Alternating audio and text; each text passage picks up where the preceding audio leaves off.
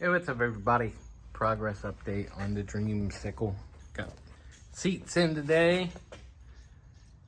Got the seats, padded out the doors, steering wheel, gauges, got all the electronicals hooked up, shaved off the ignition and the gear selector from the old automatic transmission, put in a floor shifter.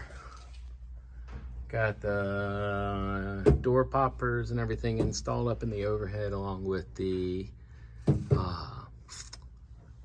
little Bluetooth radio unit. Bed is all done, looking good. Got to put the back window in, side mirror in. Working on the brake lines now, so we need to get some flexible hose because we had to put the manifold here on this side, and we need to use the ports on this side because of the way the hood closes on this unit. Transmission coolant lines are all in. Got the radiator in. That's the radiator. Actually, that size radiator fits in a late 60s Nova, so we had to fabric cobble that in, but it looks good. And yeah, coming along.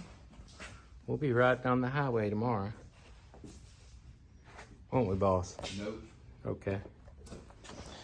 He's the realist. I'm the optimist. Yeah.